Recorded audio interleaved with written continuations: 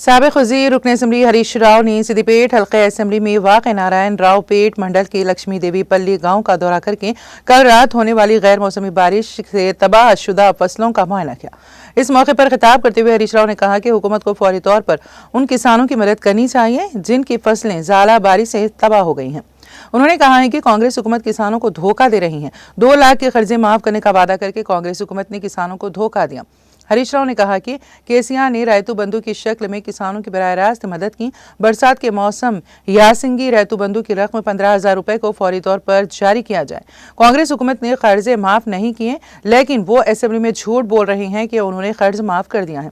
हरीश राव ने कहा कि कांग्रेस की नाअहल हुक्मरानी की वजह से पानी की कमी की वजह से फसलें सूख रही हैं। ये वक्त की तरफ से लाया गया खुश्क साली नहीं है, बल्कि कांग्रेस हुकूमत की तरफ से लाया गया खुश्क साली है। इसे ज़ाला बारिश से जिन किसानों का नुकसान हुआ है उन्हें फौरी माली इमदाद फराहम की जाए।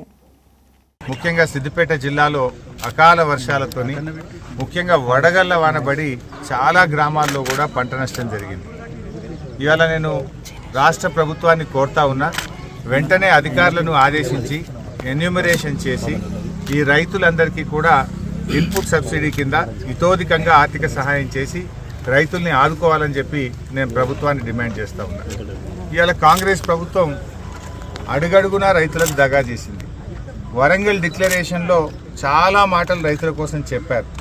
ఒక్కటి కూడా వరంగల్ డిక్లరేషన్లో చెప్పింది అమలు కాలేదు. రైతులందరికీ 2 లక్షల రూపాయలు రుణమాఫీ చేస్తాము. 2 లక్షల మీదున్నోళ్ళు కూడా రేవంత్ రెడ్డి గారు ఏమన్నారంటే, మీరు పోయి ఆ 2 లక్షల మీద ఉన్న డబ్బు కట్టండి, ఒక్క క్షణంలో మీ రుణం మాఫీ చేస్తా అని చెప్పింది 2 లక్షల మీద ఉన్నోళ్ళకి.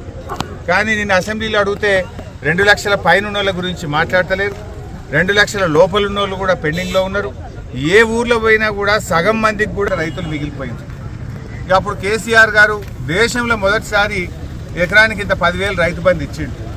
ఒక్కసారి కాదు, 2 సార్లు కాదు, 11 విడతల్లో 73,000 కోట్ల రూపాయలు రైతు బంధు కింద రైతులకు కేసీఆర్ గారు సాయం చేశారు. కానీ వీళ్ళు ఆ రోజు ఇప్పుడైతే 5,000, మేము వస్తే 7,500 ఇస్తాము అన్నారు. 7,500 దిక్కులేదు. మొన్న వానకాలం అయితే ₹1 కూడా ఇవ్వలే.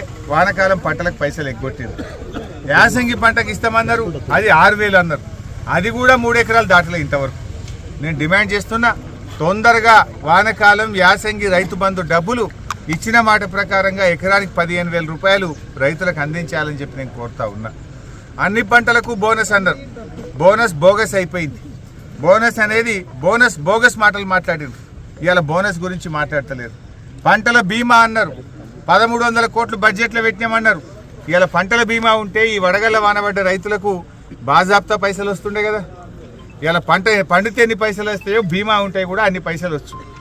కానీ మీరు ఇప్పటికి 3 పంటలైంది మీ గవర్నమెంట్ వచ్చినాక. పోయిన యాసంగి, వానకాలం, ఇప్పుడు యాసంగి. 3 పంటలకు కూడా బీమా రాలేదు. రైతులకు రూపాయి సాయం జరగలేదు. నిన్న అసెంబ్లీని తప్పుదో పట్టించారు. మేము ఎండిపోయిన నష్టపోయిన పంటలకు ఎకరానికి 10,000 ఇచ్చినాము అని నిన్న తుమ్మల నాగేశ్వరరావు గారు చెప్పారు. మా సిద్దిపేట జిల్లాలో పోయిన ఏప్రిల్లో వర్షాలు పడ్డ వాళ్ళకు, వడగళ్ళ వాన పడ్డ వాళ్ళకు, పోయిన యాసంగిలో మే నెలలో వడగళ్ళ వానబడి పొట్టకొచ్చిన పంటలన్నీ దెబ్బతిన్నాయి. పోయిన యాసంగి పంటలో ఏప్రిల్, మే నెల సిద్దిపేట జిల్లాలో పడ్డ వడగళ్ళ వానకు ₹1 కూడా ఈ రాష్ట్ర ప్రభుత్వం సాయం చేయలేదు.